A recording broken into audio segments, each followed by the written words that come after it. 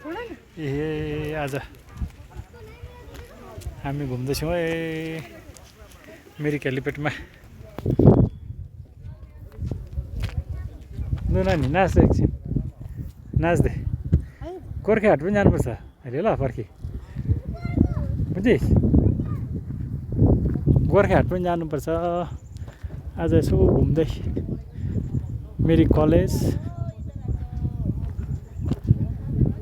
यसरी यहाँ हेलिप्याडबाट सबै नजारा राम्रो देख्छ। यता नेपाल पनि देख्थ्यो तर अलिअलि फगीले हल्का आइरहेको कारणले गर्दाखेरि चाहिँ त्यस्तो राम्रो देख्दैन। खरसाङ देख्छ यहाँबाट त्यस्तरी पारि अनि देख्नु अलिकति गर्मी महिना चढे तापनि नानी यसो गर हेलो गर्दै